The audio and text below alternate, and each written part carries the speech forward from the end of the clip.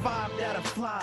Try every style, stand up, dance up, and make the crowd go wild. I think you understand how serious this is. Well, get curious, it's furious, big biz. I dance when I walk, I dance when I talk. My dancing is sharp like a ram from a shark. My life is the bullseye, dance is the dark. I don't even need no beat, cause dance is my heart, get it? Yeah, it's my heart, so I'ma stand out pumping. Do a pirouette and land out crumping. Now that's crazy. That's lyrical modern dance, baby. Some ballet to some hip hop. Now is that way? It's hard work. You finish last, we start first. You're one-minded, you couldn't last on start search. Now you can go on a beat and watch the flow beginning, man. We don't think we can dance, dog. We know we can. Yeah.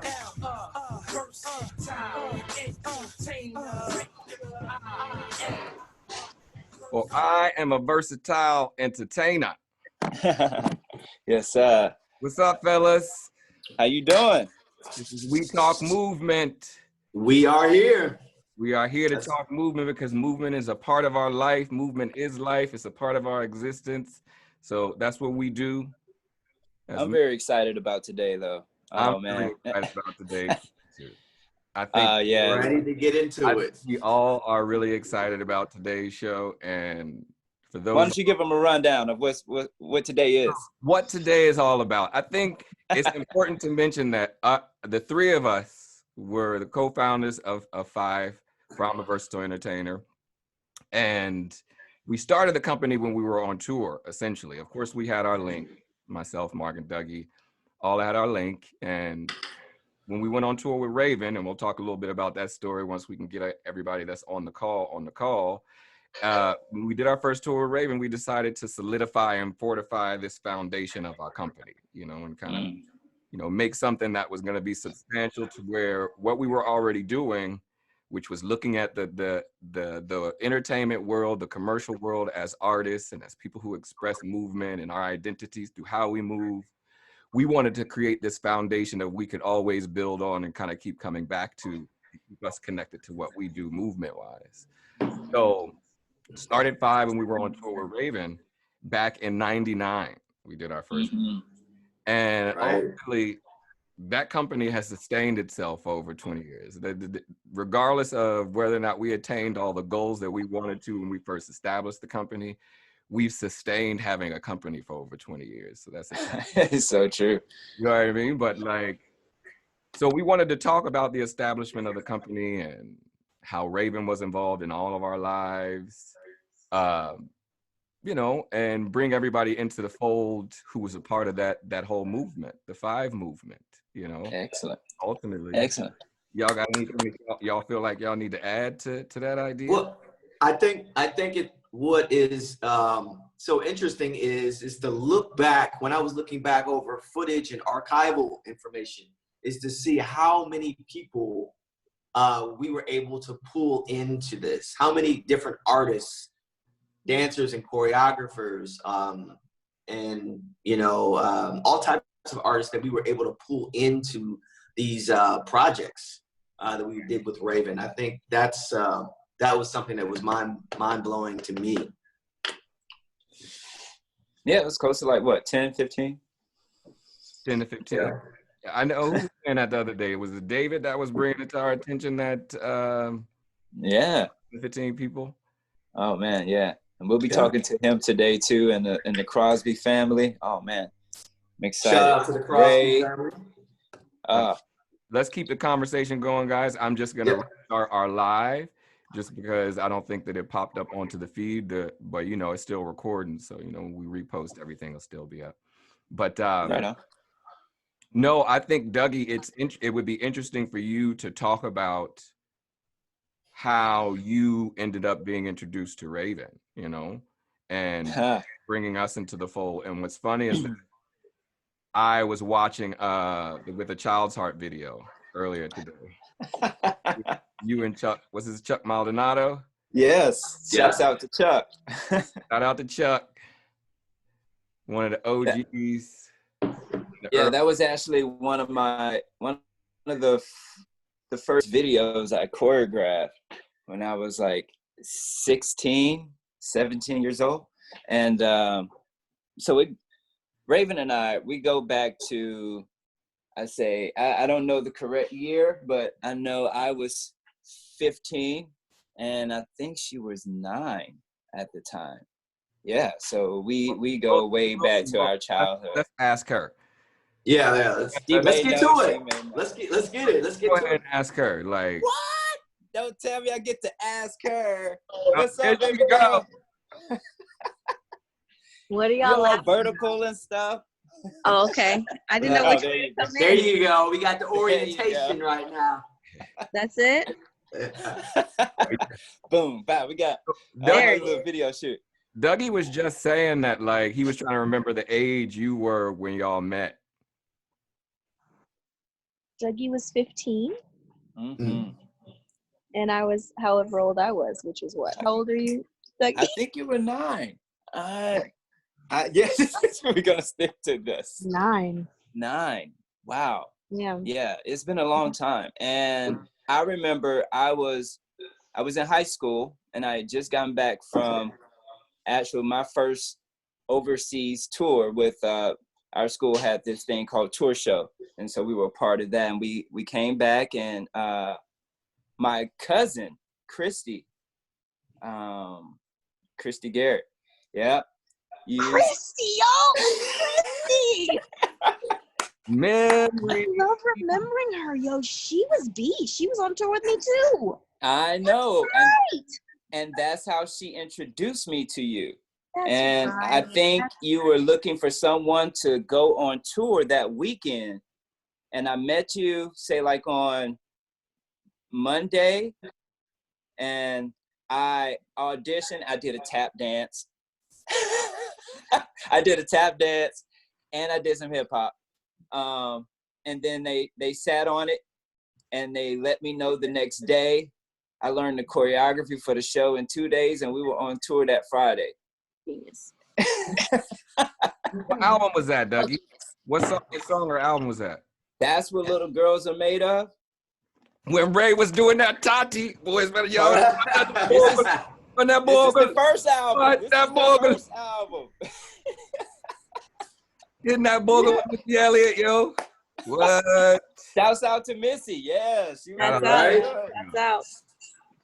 I Killing remember it. that. And We had a lot of You know- different moments with that one. But it's so funny because from the first time I met you, Ray, I knew we were going to be connected for a long time. I didn't really know how or how close that bond would be. But there was something about the way you went about yourself and how you've always presented yourself. And even at 9, you know, you were that professional, yet still, you know, wanted to be that little girl. So I enjoyed seeing you grow. But from the moment I met you, you were already like doing things. You were on top of things. So, you know. And I appreciated you because you treated me like a little sister. You didn't treat me any kind of more special because of what I did. You treated me like anybody else, and I really appreciated that, whether it's conversation, whether it's wrestling, whether it's jokes, whether it's whether it's, you know, whatever it is from top to bottom, you know, being the oldest of 2. I have a little brother, but I didn't have a big brother. So you filled that part in my life, and I appreciate that, and I felt like that's exactly what happened from the beginning. Likewise, because I don't have a little sister. I have the older sister. Right. So I think we filled each other's void. Yeah, with that. You know who I'm looking for? Who? Shorty. Where's Shorty? I'm looking for her. Shorty, we looking for you. You know who you are. You know who you are, Shorty, and I'm looking for you. Is this Right. Chi-Town? Is this Yeah. Chi-Town, Shorty? Yeah. Yeah. We want to see you. Chi-Town Shorty. There's a Chi-Town Shorty, yo. I'm looking for her. Chi-Town She Shorty. knows who she is. Wow. Wow. I haven't thought about Chi-Town Shorty in a minute, but oh yeah, she was a talented young lady. Those shows when we used to, with Izzy, we used to change clothes behind this to get ready for that Elton John song.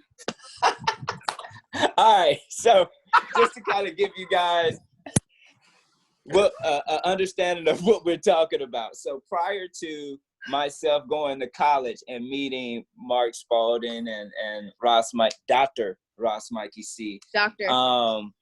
Yeah, in my high school, I spent the majority of my high school years touring with Raven and going in and out of my real school, which was North Atlanta High School. But it was pretty much every weekend, we were somewhere in the country, somewhere doing something. Yeah, and keep going. I got stories. Okay. From doing shows and seeing NSYNC before they even popped, and that foreshadows something else that happened, later on. And getting close. It was just three of us. Ourselves, yeah. So my version is I was on Hanging with Mr. Cooper, and every weekend I would leave Friday night and get on a plane by myself, go to the city, and pack my favorite F.I.V.E tennis outfit. Uh-oh. And I know we're having a positive one, but these are brothers. I can bring the shit up. Go for it.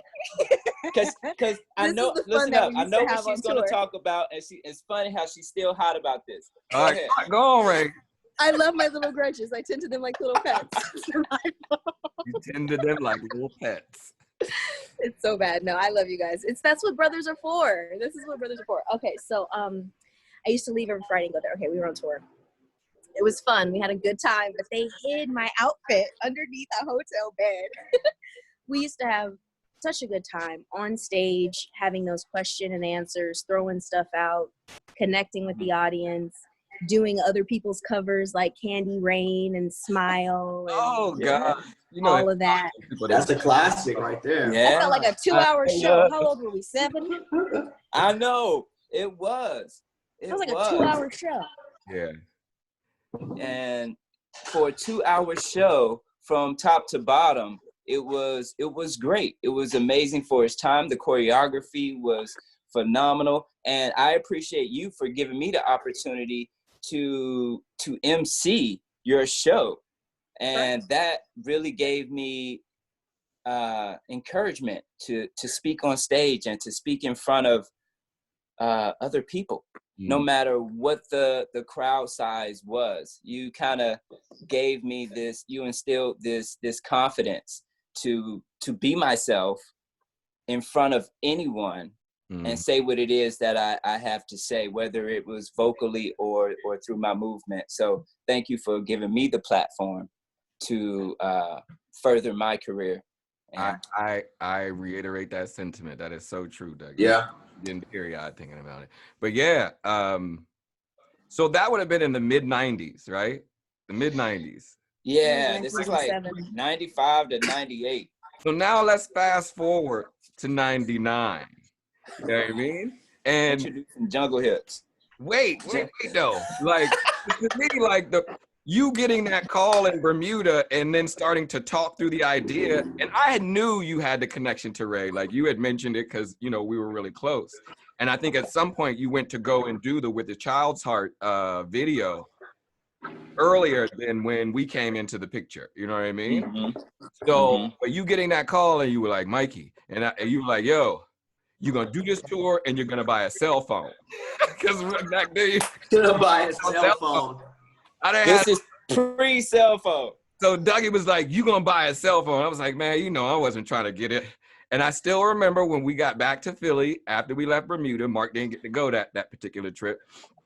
We got back to Philly and you were like, all right, I gotta teach you like 4 pieces of choreography in like the next 3 days. And then we gotta fly down to Atlanta and you gotta audition for Raven and her manager. And you gotta be on this. You know me. I'm like, yo, I'm looking at Dougie like, I want to do this. But you also know I'm a slow burner. Slow burner in the sense of like, I have to let things marinate. I have to work through my body. I need to embody it. And we're in his kitchen. And we were in the kitchen. If Ray knows me, because I've been able to work with Ray. Yeah. So, but when we got down there, I know there was some discrepancy as to whether or not I was actually going to be able to hack it on the tour when I actually did the audition. Because I still didn't really, hadn't embodied the steps fully. And at that point, we weren't really used to doing each other's choreography, especially not me. You know what I mean? So it was still a learning process for me. But Ray, when I met you, like your genuine nature, you know how sometimes and for me, I think in a lot of ways, you were the first like famous person that I ever met in that way. So meeting you and also not really recognizing that, oh yeah, she still is just a kid, even though I may see her as, like she's so mature. Was I 13? Yeah. Yeah. But you were so genuine, and I was like, yo, let me just go ahead and like get my it together so I can work with her, because I felt like there was so much I needed to learn. Any kid that could sustain themselves in that industry for that period of time and still kind of be able to have a genuine conversation with somebody like me who's coming from left field, like, yo, you know what I mean? Like, we're on the same field. What are you talking about, Mike? You're not from left field. We're on the same field. But I didn't know that then, though. He didn't know. I didn't know. I didn't know you. Like, the relationship that we have now is so evidently clear to me as to why I was so compelled to be in your space at that time. You know what I mean? And why everything worked in my favor for that to happen. Those and there was in the basement, plenty of work. Yeah. What do you say? No, go ahead, Ray. I'm sorry. Those rehearsals in Atlanta, learning how to move with you guys, learning how to listen to space. Yo, I tried. I took my little bro from Raven's home, Isaac Ryan Brown, who plays my little son. From Detroit, from the D, baby. Yep, from the D. I saw him a couple weeks ago, like a couple months ago. He's fantastic. So I took him to one of Debbie Allen's thing, and I was like, yo, I want to just like see how you do in space. He was like, what? I was like, I just want to see. And I took him in there, and I just walked him around the room. And he was like, what are you doing? And I'm like, do you know? I was like, I know I'm not telling the whole story, but the way you guys taught me how to move within my own personal space, as well as on stage with everybody else, was so valuable to me. And I look at other people, I'm like, is this not normal? It's not normal. You guys are amazing with that. But I think that's, David talked about, and we'll bring David on a little bit later, but David talks about his university experience was F.I.V.E. University. Like, he learned everything he needed to know about his professional life through the school of life that he got on tour with us. You know what I mean? And go ahead, Dougie. No, I was about to say, and what's interesting about that, and I think what made it so special, is that it wasn't necessarily we were taking this particular theory and forcing it upon. It was really a conglomerate of everyone's energy and how they approached movement and life. And it was all just kind of put onto the stage. The way Raven came about stuff, the way David came about stuff. And I think the theory was really allowing people to be them and just kind of just creating this organic shape around these individuals. And you don't really find that too often. Well, I think, in the early days of us getting to know each other, it was all about living, you know what I mean? And that connection of finding life in what it is that we do. And I think that's why we ended up with this show. We talk movement because it is really about movement, whether or not it's like, whether or not it's like us dancing or about what we're trying to express as a philosophical or an ideological or just a lifestyle sort of movement. These things were very evident in what we put on the stage. And I think for F.I.V.E., that was what we were focused on, was that connection between our artistry and that life, that beautiful aesthetic, and our entertainment, that edutainment that we're talking about, We talked about merging the gap between artistry and entertainment. Yeah. So I think in many ways it was about funneling this artistic information and stuff that we were embodying and learning and presenting it through a commercial lens. which I think was different, so. Yeah. And Ray, I would just want to say, still happening. You soak up energy, information so fast and so well. Like, and I have to just kind of go back to come forward from even being 9 and coming up to where we met, around 13. You were picking up just like, it was like water. And it was so natural, so innate, but you still worked. Although it came natural to you, you still worked hard. You had an amazing work ethic. And I think a lot of the times that gets overlooked. You know what I mean? So, thanks. Kudos to that. And my brothers, you guys have work ethics. You have work ethics, ridiculous as well. I mean, so, come on. I get hired eventually. Marc is still waiting to come on into the tour, but we already knew Marc was going to come in. We did our first show, I think, at Fort Myer in Florida, where we found Shiloh. On the military tour. Military tour. Because this was the summer. On the Taco Bell tour, honey. Yeah. We did a we didn't even let the people know that that's what we were working on. It's like we were getting ready to go on the NSYNC tour, so we were doing the pre-military tour in preparation for the NSYNC tour. And we met the Filipino Asian persuasion Shiloh down in Shiloh. Down in a club. Shiloh.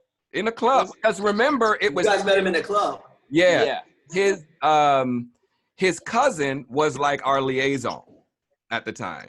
Don't he was showing us around. He was like, "Man, my cousin's an amazing dancer. Like, you guys got to meet him." Ray, you're silly.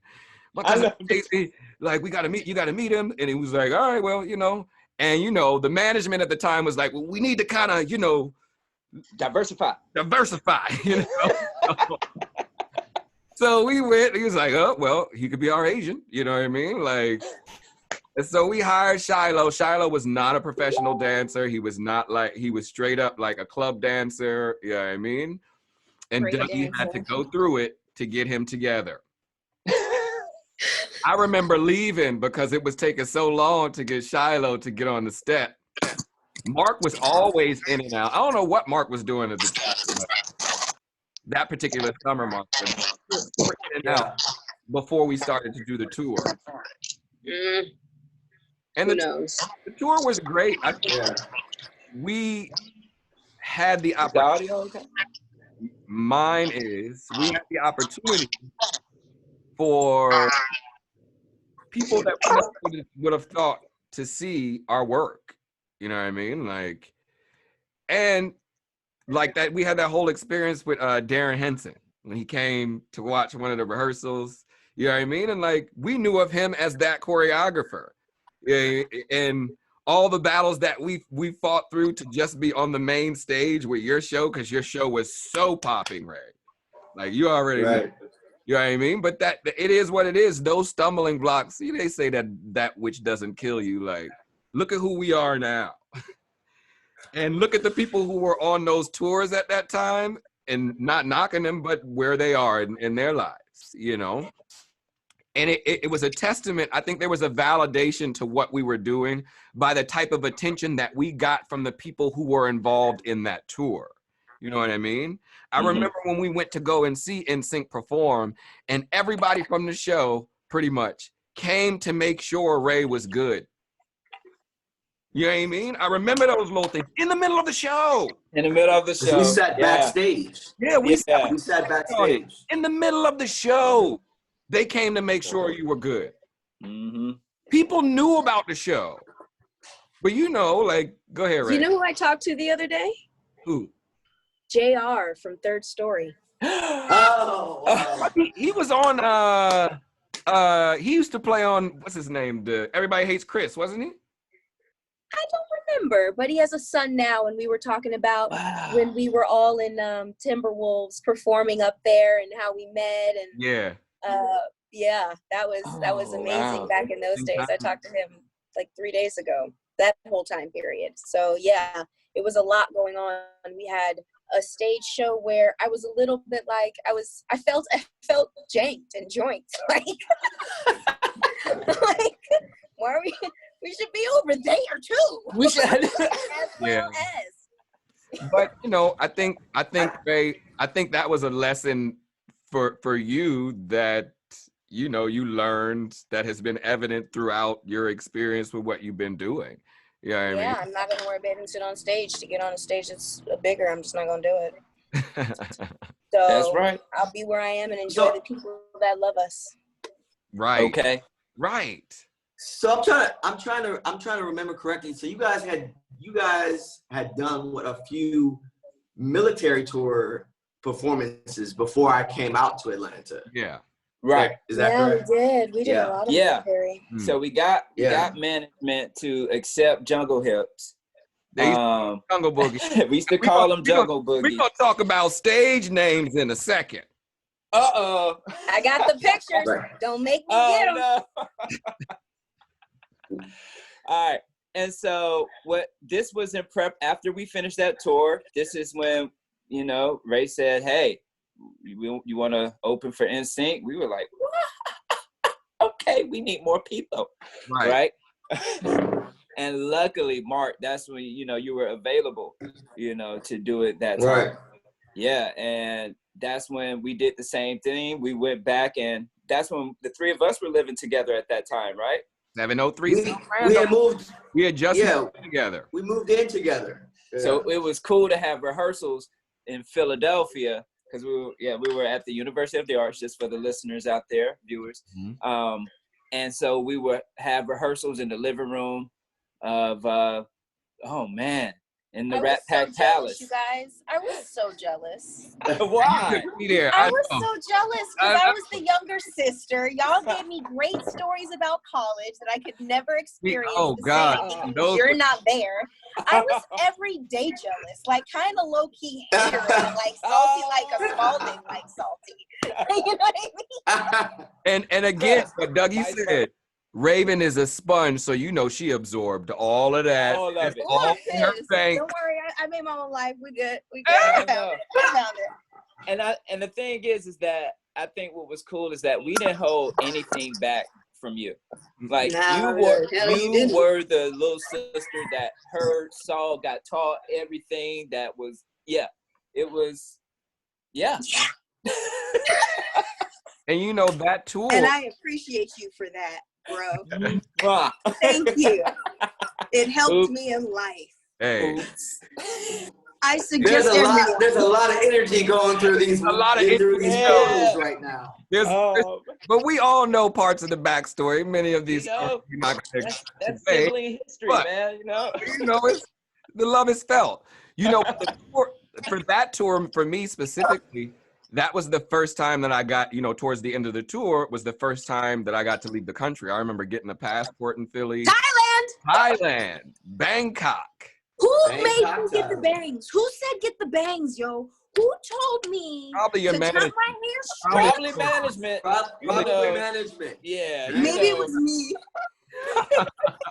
I ain't gonna have no parts in the bang. We have no say-so on that one. No. And how come we only ate weird, like we didn't get really food, like street food over in happen when we go places with people like you. We can't get they don't want to give us no street food because they gotta give you all this extra bougie stuff. And I wanted street food. All I ate was rice. I was so skinny when I got back. Yeah, well, it was just a culture shock, I would say. It was the cricket and the chocolate covered ants and the because I wasn't eating pad thai back then. I wasn't enjoying all of those scrumptious dishes that I do now. Yeah, you weren't. Yeah. I was fine with just eating rice. Well, luckily, it was a McDonald's or a Burger King that was close by? KFC. It was KFC? Was it KFC? Right around the corner. I remember being shocked, like expecting to see all this like real foreign stuff. And then there's McDonald's, there's KFC, there's 7-Eleven. There was a 7-Eleven. There was a 7-Eleven. Wow. I mean, it was like any major city, when it boils down to it. Now I understand that as the world traveler I am now, but that was my first time leaving America. I was 13. Right. Wow, you were 13? Yeah. And you were an ambassador for the States, Raven. We were performing in a Harmony 99. It was about a Harmony 99. liberation of these Tibetan orphans at that specific time. You know me, I remember those sorts of things. You remember stuff, don't you? Yeah. It was significant. Like, you It know, was. for representing America in that moment, you know? Yeah, with those bangs. You know what? Mikey. Yeah. Do we have those pictures on deck? Oh yes, Marc. On deck. Do we have those pictures? We got a photo for you. We do have a photo. No. Let me see it. Why don't we bring out Snake's pictures first, and then we can bring out mine? I'm right by you. I'm in there. I'm not trying to run from it. Because we haven't talked about the photo shoot coming into. But we gotta wait. We gotta wait. We're not even gonna talk about the photo shoot. This tour was the start of X Level. So, what do you mean? So this is what I'm gonna show right now. So just you know. I said this morning. Yeah. Oh, I love it. What did you send? Because you know Marc tends to have the worst pictures of people. I got the photo. There it is. What is this? Pinch out for. Oh my God. Oh my goodness gracious! So Great. I don't remember any of this. I'm just gonna say that off the top. I do. Bangs is Yeah. there. You know what I mean? The bangs. And there's Shiloh all the way in the end. Yeah, Shiloh. With the white shirt on. With the white shirt on. He's next to the taller guy. Yeah. Hi, Shiloh. Look at Ray and her. Oh my goodness! Wait a minute. Why am I taking the picture with the cop like that? With my leg all up? I'm chilling. Leg cocked with the cop. Yeah. And then there was this picture.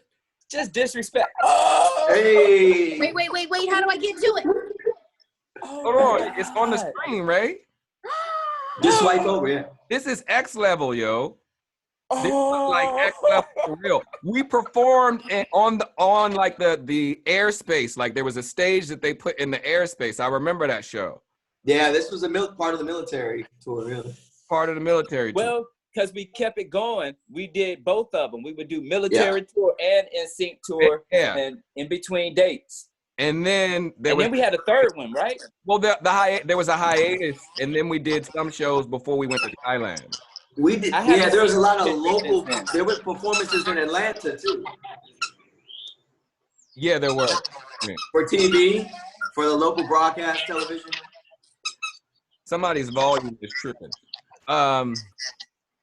But yeah, so that tour kind of closed out with the Harmony 99 concert in Thailand. Because after that show, we decided to go back to school.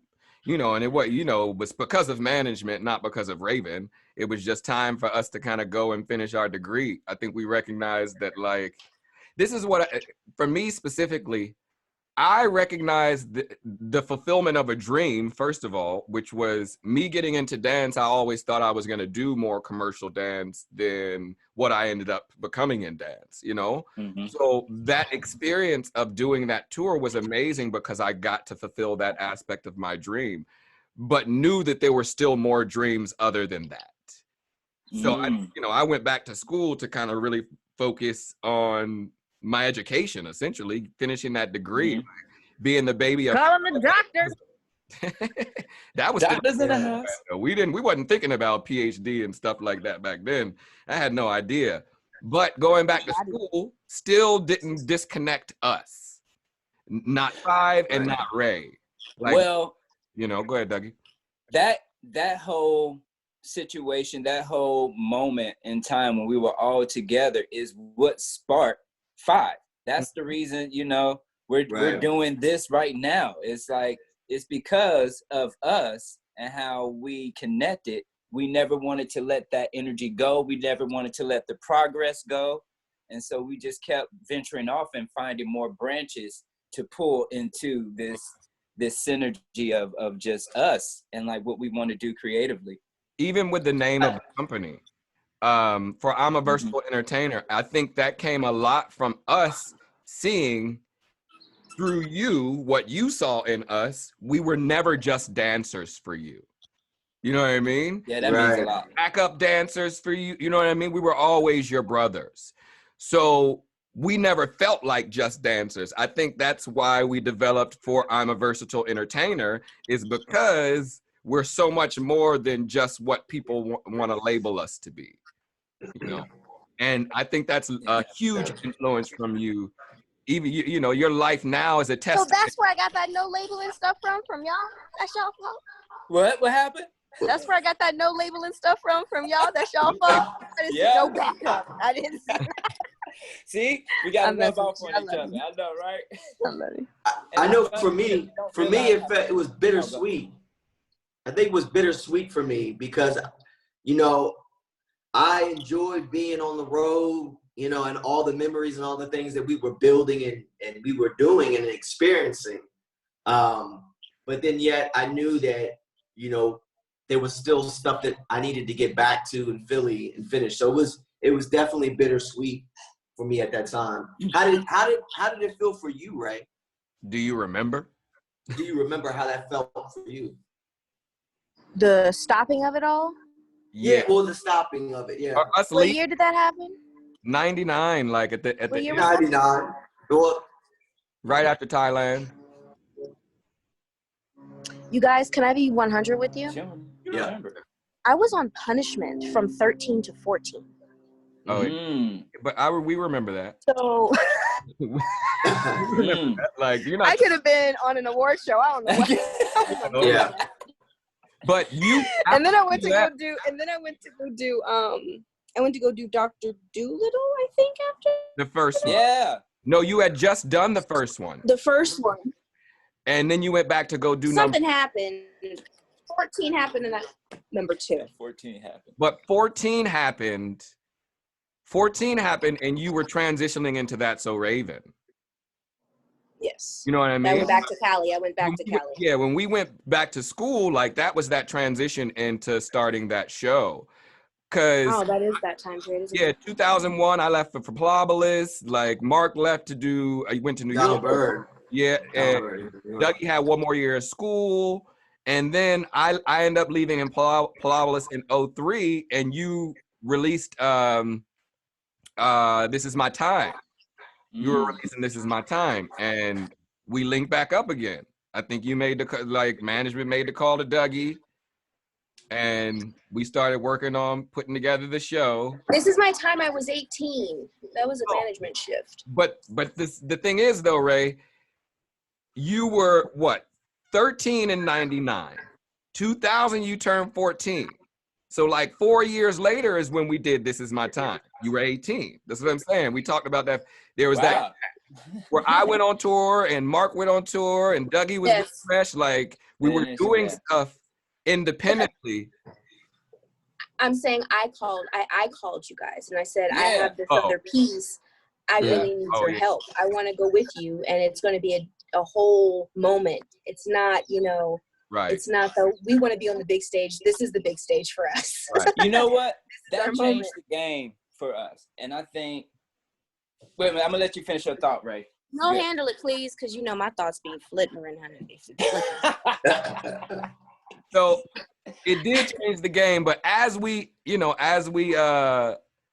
bring in that notion of the conversation, I would love to bring the Crosbys into the conversation because Can I answer a text message? I'll be right back. Yeah. We here. So we're talking about the second tour that we did with Raven, which was the This Is My Time tour, or I think it was called the Mystified tour, right, Dougie? Mystified, I believe it was Mystified.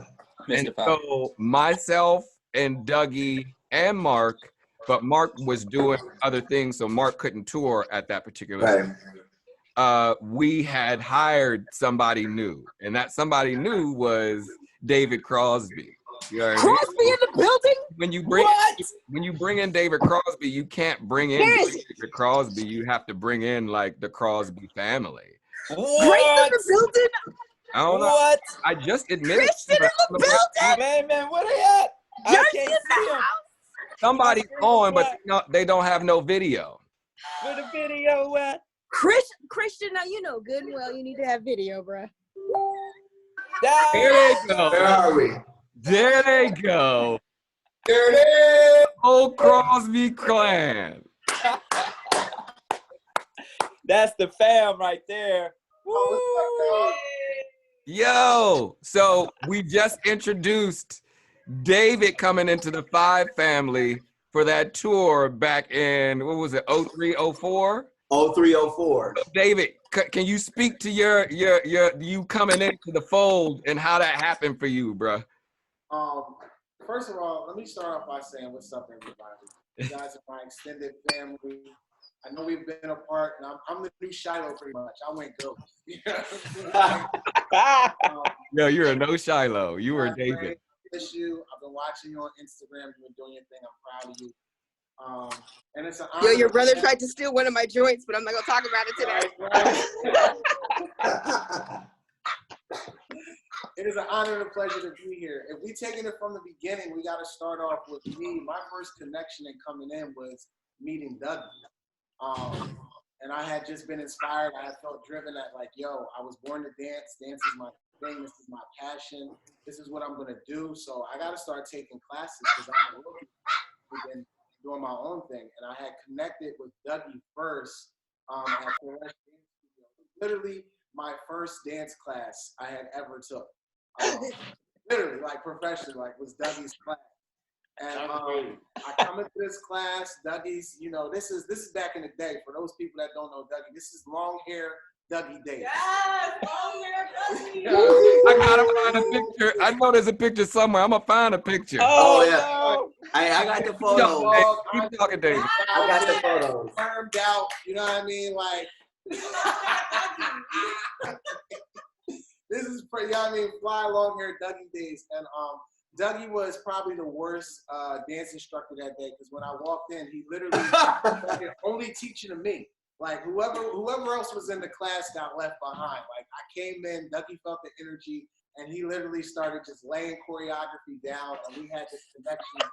And at the end of class, he was like, "Yo, man, I'm feeling the energy. You know, I never met you. What's going on?" And I'm like, "Yeah, you know, David Crosby, I'm trying to dance." And he's like, "Well, I got this project. You know, one of my partners actually is going on tour. He's not going to be able to do it." He was talking about you, Marc. Yeah. I don't know what project you were doing at that time, but it was conflicting with Raven's gig. So I was like, "Yo, this is exactly what I want to do. I would love to. This is it." And he's like, "Yeah, the artist name is Raven." Now, Ray, I didn't know he was talking about you. I'm just thinking this is some, you know, artist named Raven. I'm not thinking it's Raven-Symone. You know what I mean? So we exchanged information. We linked up. In the middle. I'll scooch over.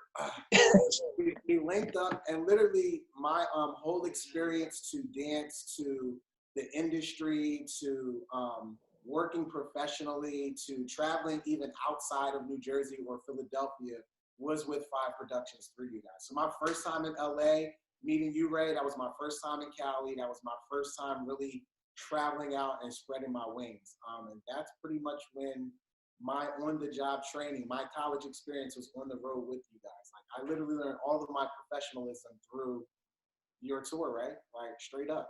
And have carried all of these lessons through my life in general. I was talking to Mikey and Dougie and Marc separately about this, but it literally is something that I took with me throughout my entire life.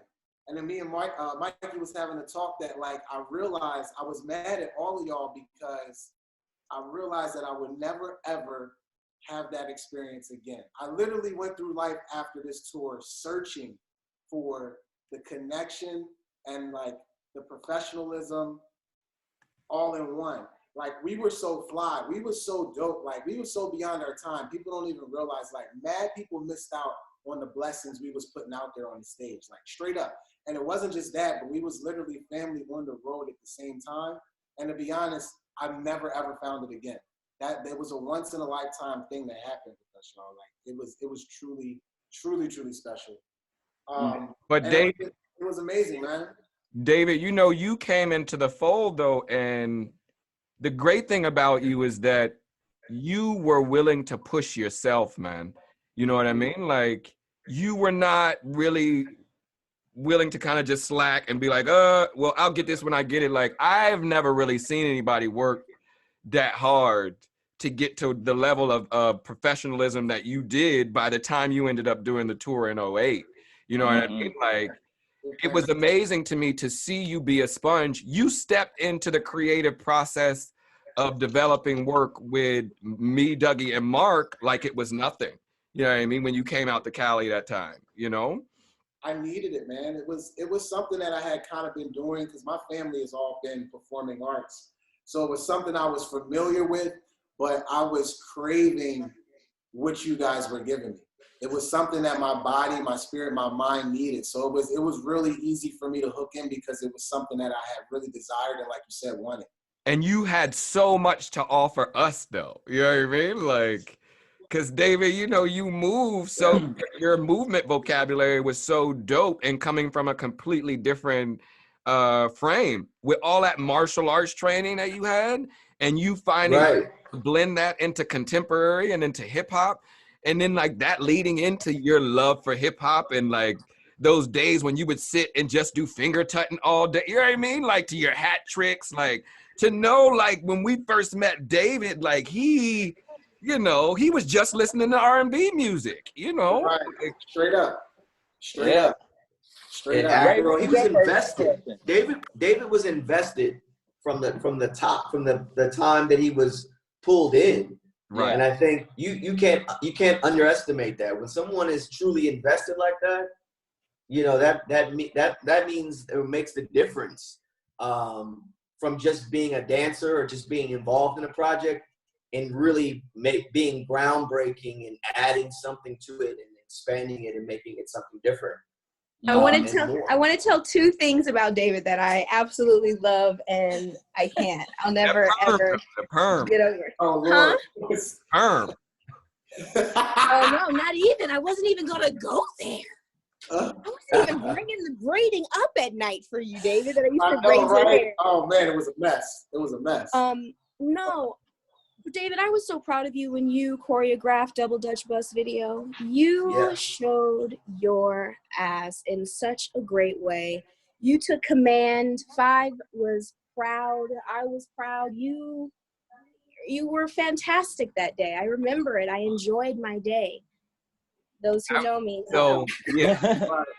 I enjoyed my day. I remember that day. That was a fun moment, seeing you in there getting and working with those skates and doing your whole thing. Like you did the damn thing. And then my other thing that I love is all of our dinners after Tourette's is because of you. Tourette's. I'm not making, listen, this is live. Let me explain what happened. So that's my tour rapper nickname. We used to play the alphabet game, and the way I spit was it just kept talking and talking, like and then blurbing out stuff. So that was my nickname, not to discredit. You had mouth Tourette's. That is that. Right, yes, let's clean that up. Jersey. Oh my God. Rep your heart. Can I speak on Double Dutch, Ray? First of all, two things about Double Dutch. And Double Dutch was in 2008. Let's be clear, because we were talking about 2004 before. But go ahead. So we'll hit 2008, and then we'll go back. Sorry. I sent that link to you too. When you guys say invested, that is such a true word, because like my whole heart, soul, spirit, and body was like forever. Like I got it on me. Like I'm F.I.V.E for life. You know what I mean? I got it on me. The pressure I want to say that I felt, because I love and respect all of you guys so much and wanted to keep the essence of what you guys taught me, like, was so tremendous. You know what I mean? And the respect that I have for you, Ray, was so high. Like, I didn't want to let anybody down. Like, there was never, with me, it was never anything about ego. It was about trying to keep the tradition of what you guys had set that started back when Ray was 13. You know what I mean? And it was really hard once like Dougie and Mikey and Marc left, and I felt like me and Ray was left alone. Like we had to deal with like people that wasn't really the family. You know what I'm talking about, Ray? Like we were. Yes, I do. They left us. And I love our people. We did good. We Look, did I had to go and start a family, yo. I mean, like, me and Ray was solo with people that wasn't on the level. It was just we held it down, but it was we held it down, but it we wasn't missed y'all. We missed y'all. We needed y'all on the road. But Ray, I gotta say, like, you are such a key part for F.I.V.E Productions because you allowed us. I was talking to Dougie. You allowed us to be able to do the things that we were doing. Because you really took a stand for the people. You literally said, I'm not working with nobody else, so figure out how to work out with these guys, which then allow them to be able to do what they wanted to do, how they wanted to do it, which created the amazing work. You know, we literally sat in the negotiation. This is my first negotiation, so I'm once again wet behind the ears, rookie. Dougie walking in with shades, all super fly, and they're saying you guys are going to be at 9 o'clock. You know, you're going to rehearse from this to this and that. And Dougie's like, no, we're not going to be in the studio. We're going to rehearse where we want to rehearse, pretty much when we want to rehearse, and that's not how we create, straight up. So half of that studio time, you can cut half of that studio time in half. We'll be there sometime. We won't be there at 9. We'll be there at 12. And you know what I mean? That's how I remember that. But we couldn't have did that without your support, right? Like a lot of people don't realize how real you are. And you wouldn't have gotten it if there wasn't a track record to prove that you deserve it. There's some people that just get on the stage and ask for this because they have 1 or 2 hits, and you don't deserve it, boo-boo. You have to work harder than that. You have to fail more than you succeed in order to have that trust by those who've done the same thing as you. So you deserve it.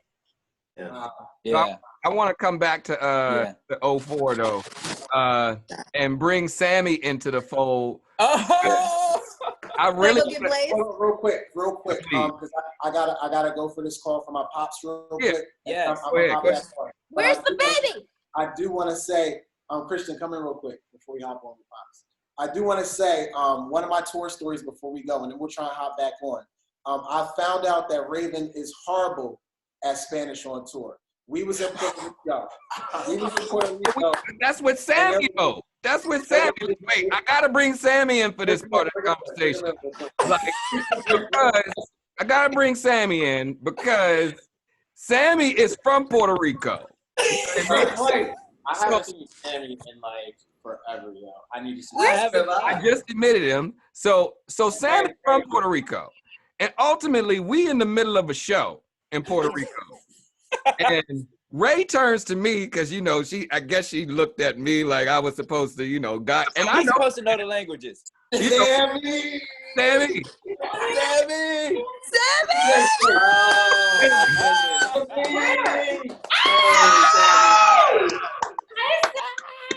So Sammy, love you. What up, boy? How are you? How you doing? So look, we were just talking about Why does Sammy look exactly the same? Exactly the same, Grace. Exactly. Eyebrows is beat down. It's the lighting. It's the lighting. He found his lighting. He found his lighting. You have to learn how to light yourself. Yeah, I'm so mad at you. Hi, Ray. How are you? I'm good, Sammy. Hi, love. How are you, my love? You look amazing. Oh my God, the crowd, I love you all so much. Look how amazing. Y'all don't age either. You guys look amazing. Oh, you do too. I did do a face mask last night. Oh my God. Face mask. Yo, but let's finish up with the story. Let's finish this. When we went to Puerto Rico, how come Ray didn't ask you how to say continue in Spanish? She turned to me, and I took this as a moment to just knowing how to say. I took Spanish for 3 years, so I know a little bit of Spanish. I turned to Ray because I knew that it was going to be a humorous moment for everyone.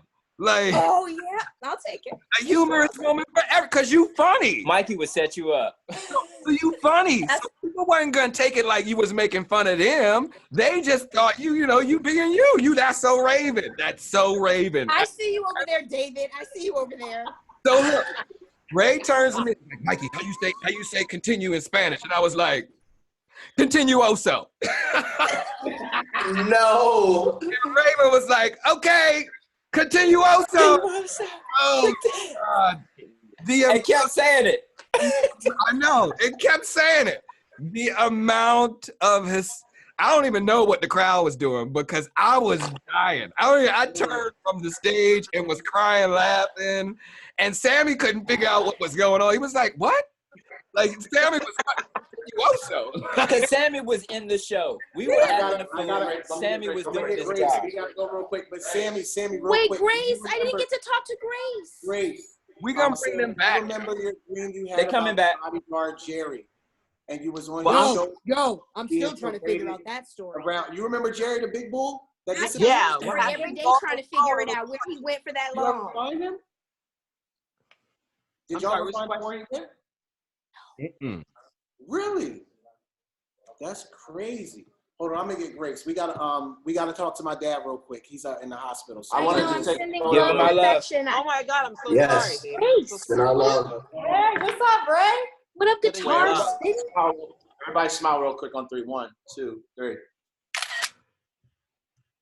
Yeah, we got to remember this one. All right, we'll jump back in if we can. We gotta go talk to our pops, yo. All right. Okay, be safe over there. Love Good you. luck, love you. Bye. Love you. We'll see you guys soon. I love All you. right. Yeah. Love you. So, Sammy, bringing you Yeah. in the conversation, do you remember when we did the 2 weeks at Disney World and we were staying at the Safari Lodge?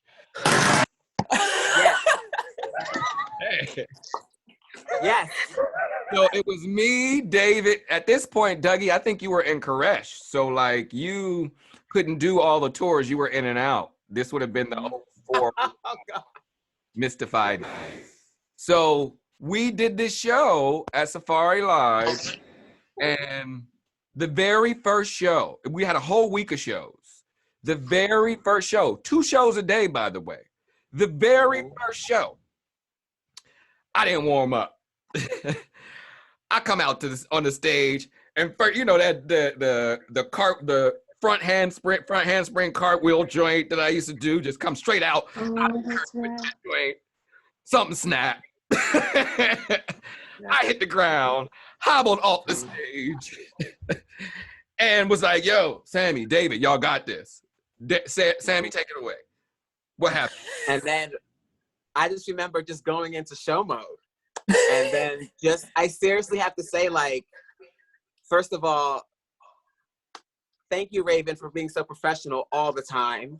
And Mikey and Dougie, and like, you guys taught us so well that when that moment happened, we were just ready to go. And the beauty about that was, I will never get this beauty ever again, I don't think, in my career, was the way that I connected to you guys like that.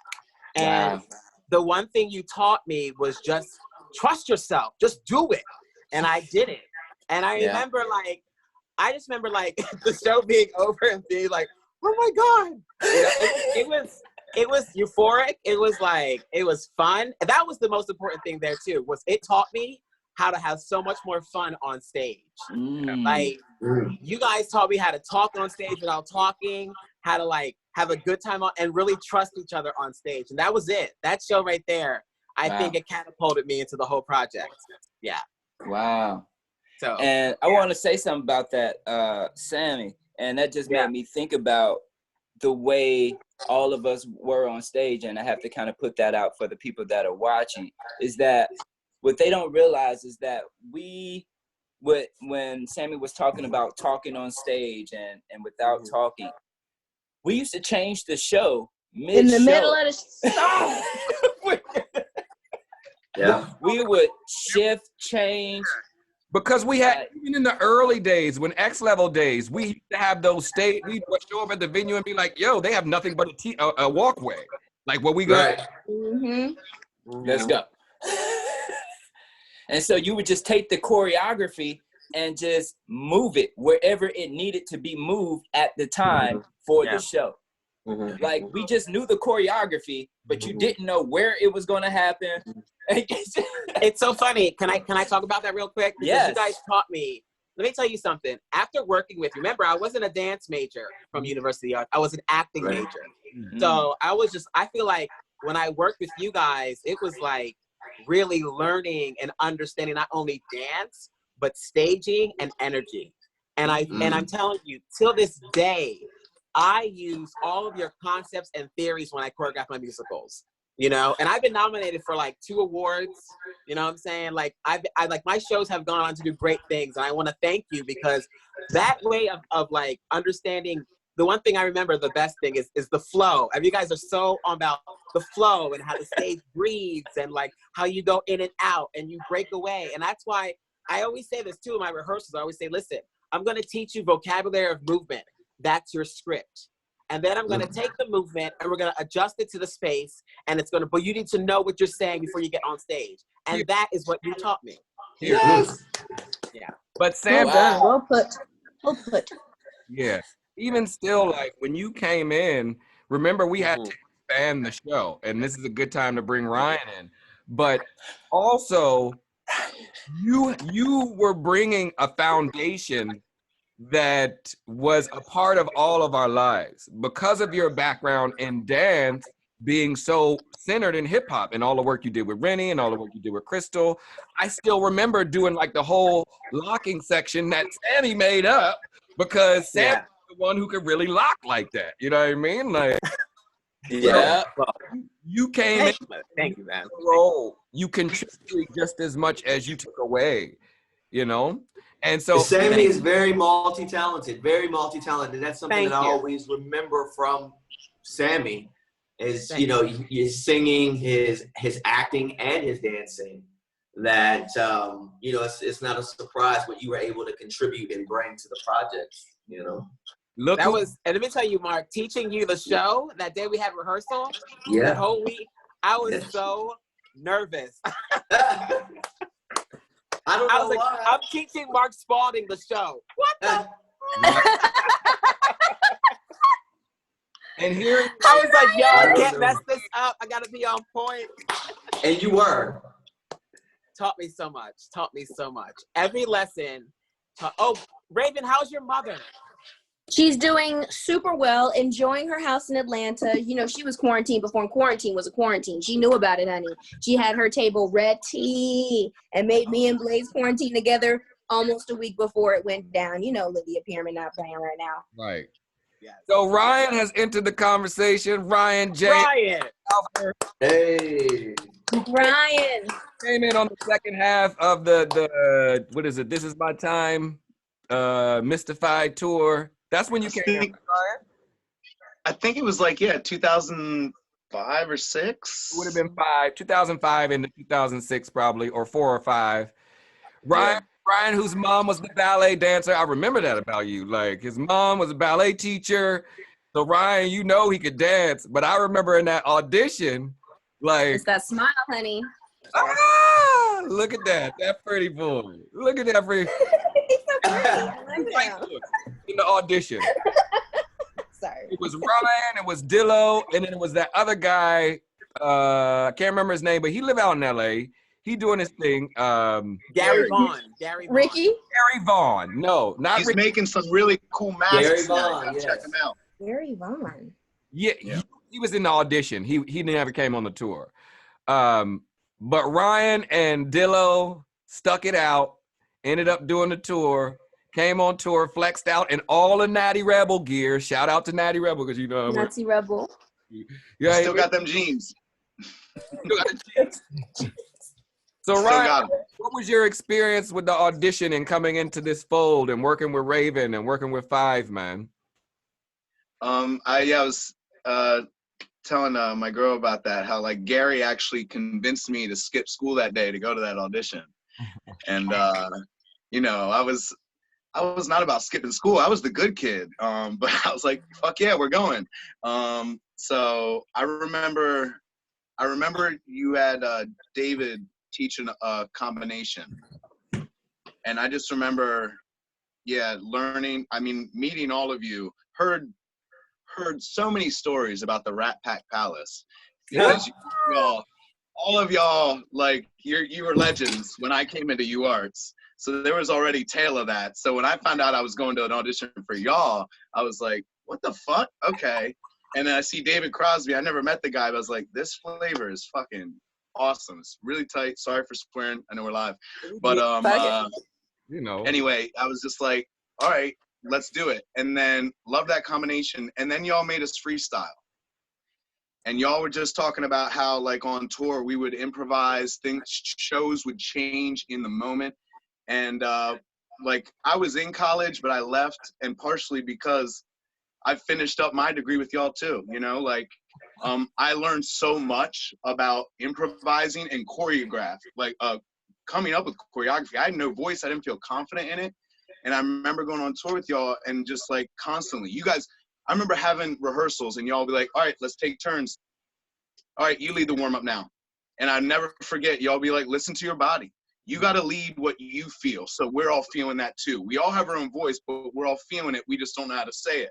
So tell us what you feel. And I still say that to my kids. Listen to your body, because that's something that y'all taught me to do.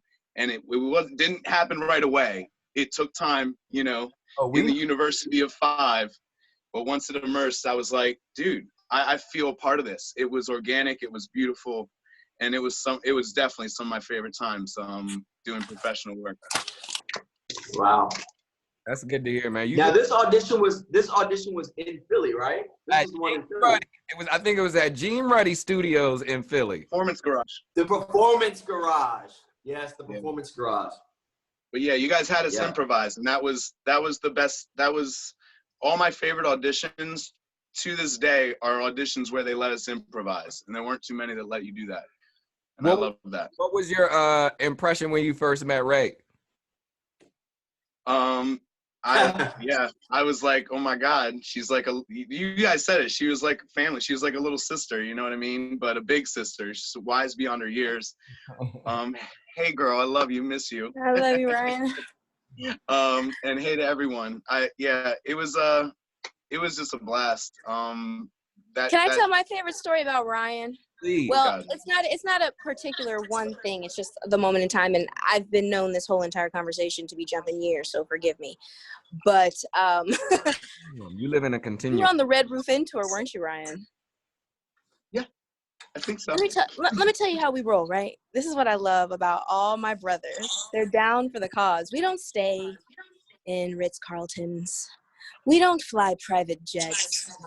We did a couple times. I mean, not when I'm paying. No.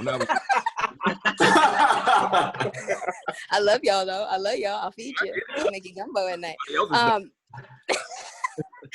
But we used to have such a good time after the shows, running around with Blaze, acting like, Dave Chappelle, back and forth. Just so many great memories of family time during this moment. And yes, the stage, I agree with everything you're saying. Movement is my everything. But that was a great leg of my life. I enjoyed that one. We had a great time. And at Disney World too, I didn't get to say that, Sammy, when we were talking about Disney, but that was definitely that. That's when we met Todrick Hall. Todrick Hall was there. He used to visit us during that section, and he is awesome now and just became fantastic. It's amazing the people that we've run into during all of these tours and where they are now. It's fantastic. Yeah. Shout out to Todrick. Yeah. What's one of your fondest memories or memory of Sammy, Raven? His hats. Hats. Sweating them all out. I love a hat. I love a hat. Oh Lord! Yeah. And when we have to wrangle the kids, he just brought me joy. The outside conversations, just the on-stage banter of. Okay, let's keep going. Let's keep it. Oh, you're hurt? I don't care. Let's go. It's just a fantastic feeling knowing that there's someone on the stage that's understanding exactly what's going on in your head and you haven't said one word to them. Right. Do y'all remember the Build-A-Bear float? Yes. I have the best picture of you, Mikey, on the Build-A-Bear float. Day Parade 2004. We were on the Build-A-Bear float. Raven-Symone doing backflips. Are you serious right now? I think I sent that video too. I think I sent that video to you. Comments. Yeah, Ray. Like, what do you mean? Are you serious right now? Yeah, we did it. It's weird, you guys. You know me. They know me. It's hard to explain. I don't look at myself as what other people, you know what I mean? So it's just fun to go back down the rabbit hole of history and reminisce on the love we had. That day, well, ironic, there's a funny, the reason why I brought that story up. That day we got up at butt crack of dawn before the sun was even out. We in some trailer waiting all like at least 3-4 hours to do this 3-minute thing that we only really, well, we did it a lot. We did it a few times, but only once for the camera. And I remember being freezing cold. I was in Poochie, right? It's always at a particular period of time. It was that's filming. Yeah, well, yeah, that was one of the early days of that was my introduction to that kind of stuff, Mark, and Mr. Hollywood now. So, like that hurry up and wait. Trust, you know, with Palobolis, performed in Salt Lake City, Utah during the Olympics outside in nothing but a unitard while it's snowing outside. So I know, you know, that the hurry up and wait and the stuff that you got to do for the show. But it was a challenge doing the performance on the stage. Like, that was the best rant in the world, Mikey. Oh, you know, I rant. It deserves like so many hashtags. I couldn't come up with them quick enough, but it was so I good. know. Just ranting. I needed it. It's funny because you know that's what everybody loves to talk about me is how. But getting to the point of the end of the Thanksgiving Day parade and why I brought the story up is because when I was flying out of New York, where I was going, guess who was on the plane with me? Chuck D for one, but I wasn't even gonna mention Chuck D, but it did. Lil Richard, and he was in my row. Like we were sharing gestures. Like on, you know what I mean? Like, so shout out to Lil Richard. Are you serious? Power, like, wow. Yeah, like, I don't make my heart right now, my heart. Oh my Lord. And all I could think of, you know, even me as a kid, then we knew what it was on the movement. You know what I mean? On so many movements, you know, like his commitment and his steadfast ability to be unapologetically himself, and to never let anybody take credit for stuff that he knew he invented. You know what I mean? And to quote Ray, I'm just saying I did it first. You know what I mean? Like how you saying. Like, his energy fed me so much growing up. I did it first. Tell him, Ray. Y'all don't know. Y'all got to get up on that new album Ray dropping. You know what I mean? If y'all ain't up, it's good. It's so good. Let's talk about that. Let's talk about that. So Ray. good. Thank you, Sam. So good. So good. Ray, can you talk a little bit about that? Ray, can sure. Sammy's over here getting his life. Hold on. Wait, can I just say one thing though? Can I just say one thing? Why? Raven, I feel like your music on this album took me back to high school in the 90s. Wow. Like the beats, the way you rap, the way you R&B it down, girl. I was like, oh, I'm in the backyard. It's so good. Good, I'm glad. Thank you. Thank you. I got a question to just get into the introduction about the album. Why did you choose the name Raven as opposed to Raven-Symone? And what is Infrared about? Okay, so I chose to release 33,000 in infrasounds under the name Raven because when you type in Raven-Symone, music that doesn't fully represent who I've become is the first thing that pops up. And so your misconception of who I am today is not something I want polluting your ear canal when you're hearing my new stuff. Amen. If you are a true believer and a true person who supported me all these years, you'll appreciate it no matter what name I put it under. So thank you for that. And you know this is all Lydia's fault. No, I love my mom. You know, I throw her under the bus all the time because she's like my favorite person in the world. But she she's the one who told Austin and Brian that I rap. And, you know, since the end of Undeniable, rap was nowhere near what the Raven-Symoné that was being packaged sold. I mean, we were all on the tour that one. Actually, it was the girl tour. It was the Pure Girl tour when Grace was there. Yeah. I told the story once before where I went on stage in my normal jeans and my vest, and they were like, "You look like a dyke. Change your clothes." And I'm like, I'm confused. So that me, who I was as a person, didn't correlate with the music, and it didn't correlate with how to express myself fully. So with this new music, I'm able to express myself on every level. So you have R&B, you have that moment where I'm like, I love you, and then you also get that moment where I'm like, you don't know me in my hoodie, you don't know where I be, you don't know me, you know what I mean? Like, so you guys know all those sides of me, and I've never been able or comfortable or safe enough in my age bracket to conquer a fear. But you know, I think it's a testament to your maturity of where you are now. I do know you've really explored that side of being real in that way, but it hadn't really worked to your, you know, to your benefit in the past. It's a beautiful thing to see you creating the space. You are much like Little Richard, apologetic and who you are, and sharing your humanness in the world. You know what I mean? Like, and not a lot of artists or entertainers or musicians or singers find a way to express who they are behind the camera, behind closed doors, when you know, when their family, who they are through their music or through their art.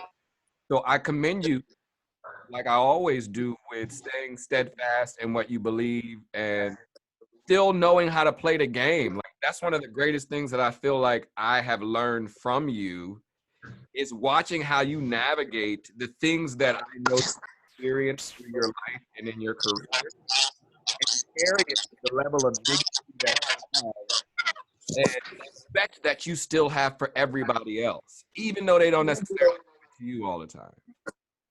I love you. Thank you. You know, and it reminds me of something that we talked about, and was something you mentioned to me a long time ago, was be in the industry but not of the industry.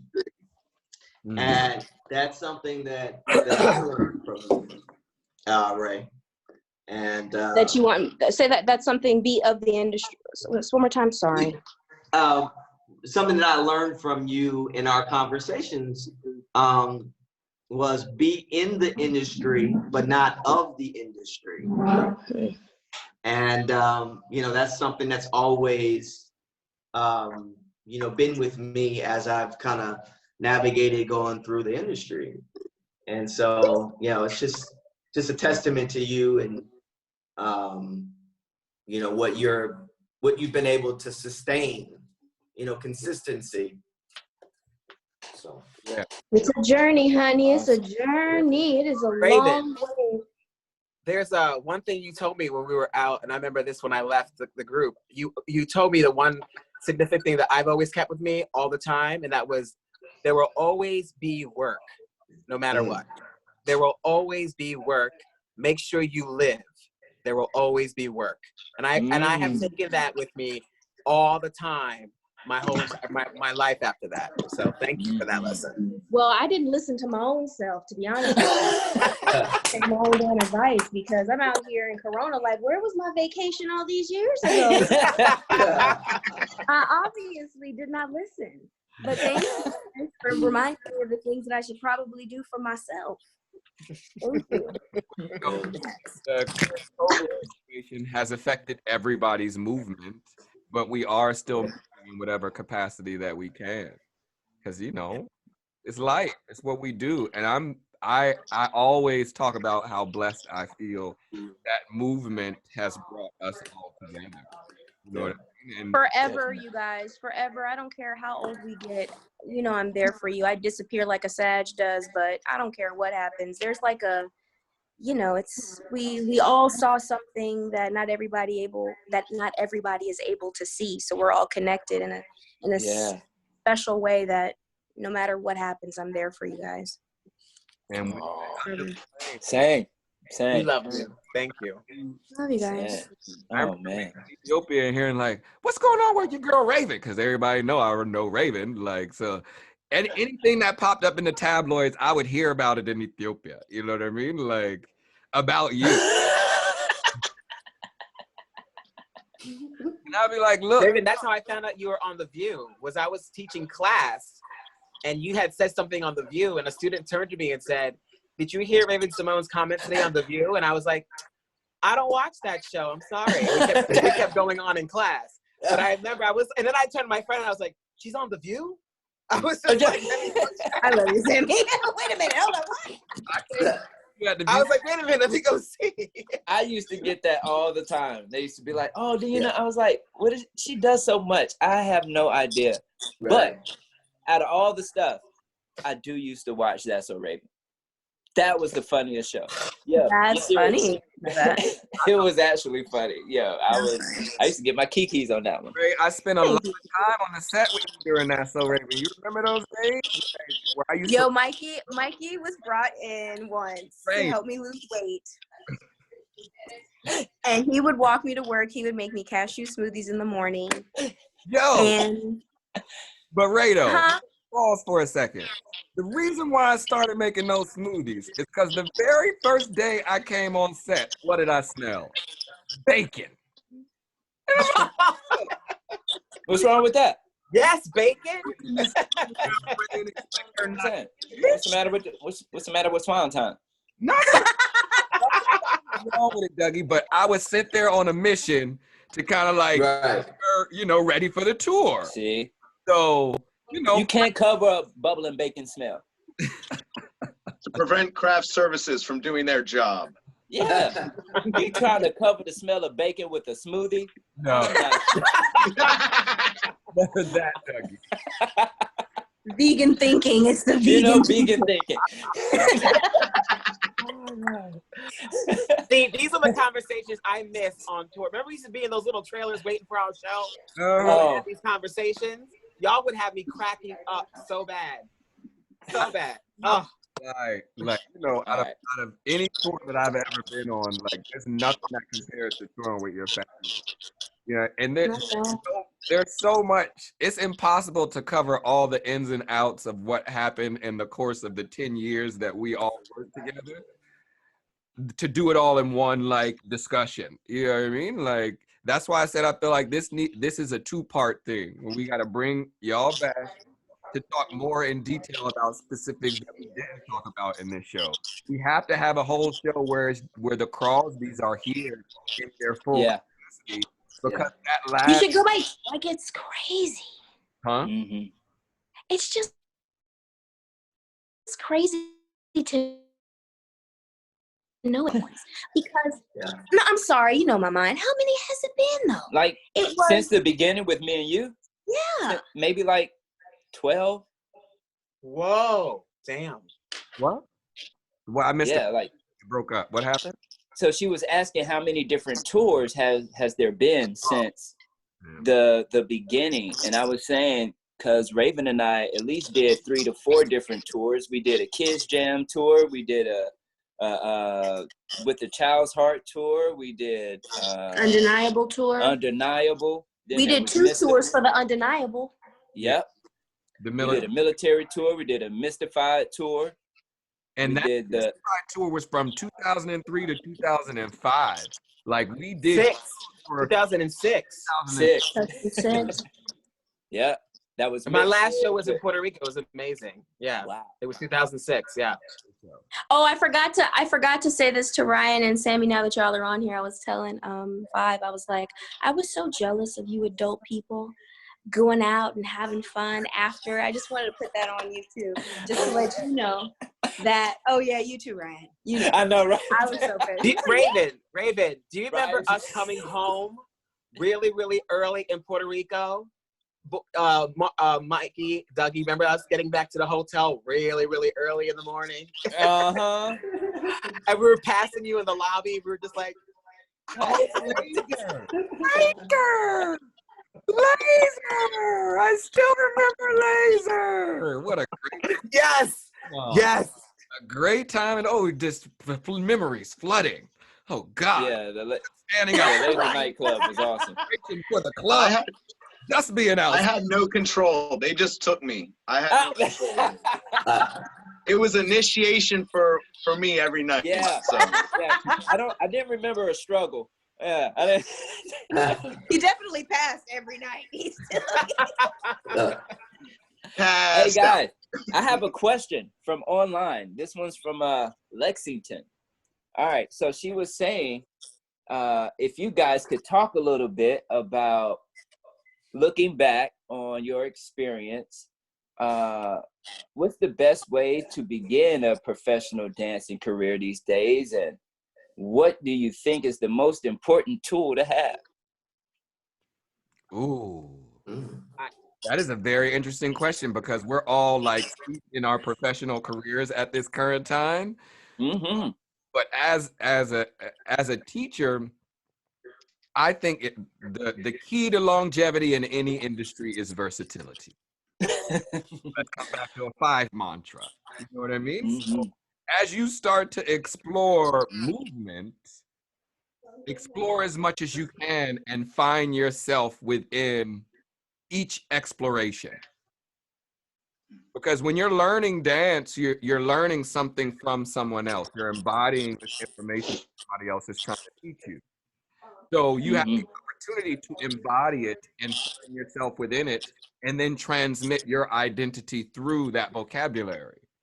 That's something that I would encourage, so that you can navigate through the complexity of learning styles, but still keep your own identity within that.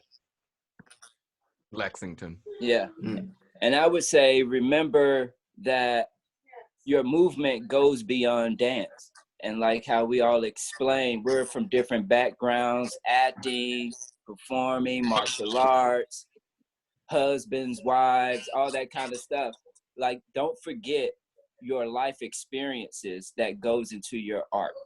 That ultimately will make it genuine. It will make it relatable. And it will make you stand out, because that was how this connection began, is because everyone had that ability to be themselves and stand out within their art form.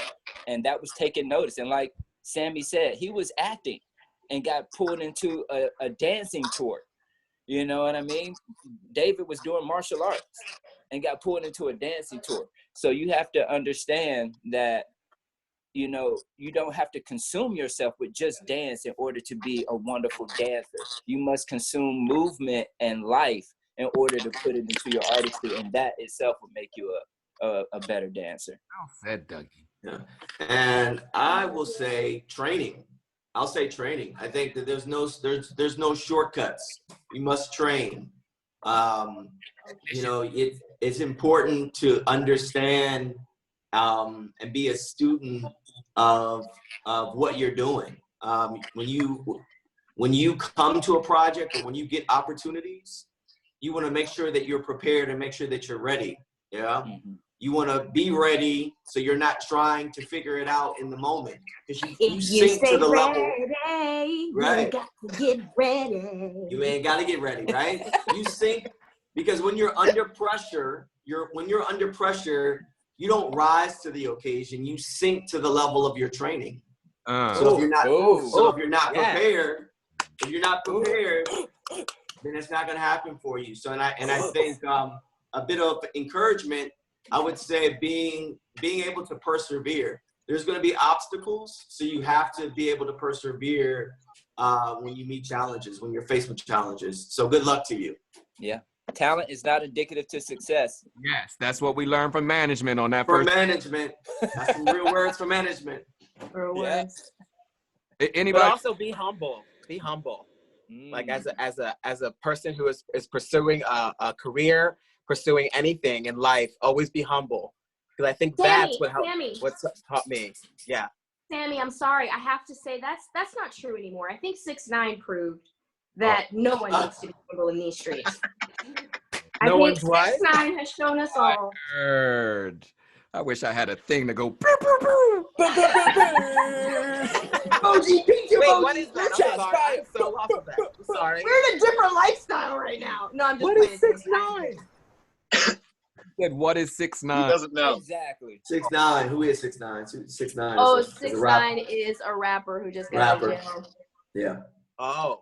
But he broke the internet and is still breaking the internet. He is. Ryan. For doing what? What did he do? Well, he snitched on his friends, you know, that whole situation. But then he came back with popular for Goober. being a snitch nowadays. Hey. Snitches don't get stitches no more? No, they get 2 million views well, on yeah, live. the industry has changed, but I agree with snitches get digits. Yeah, snitches get digits. Look out!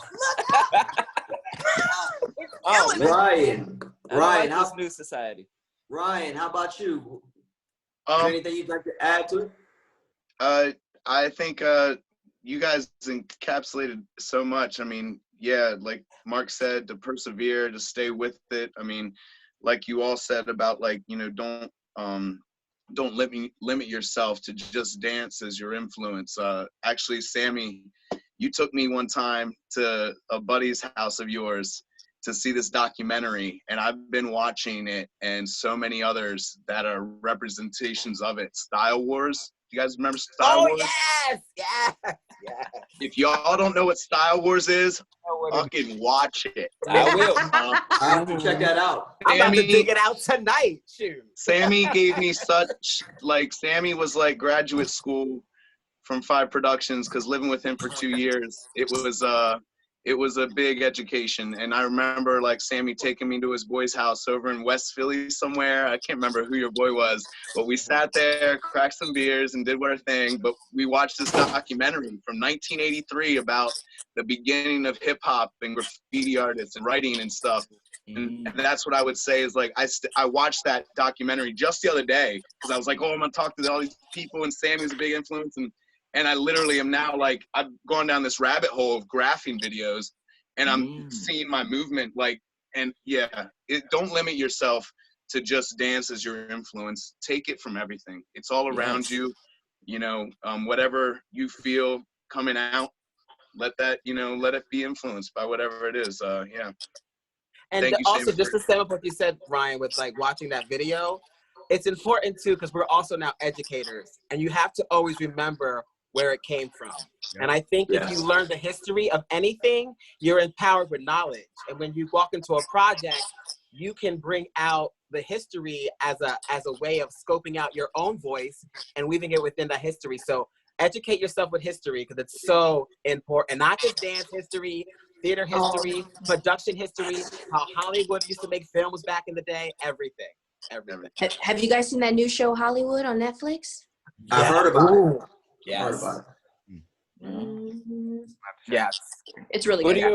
What are your words of advice, Ray? My words of advice for the person who, that question? Yes.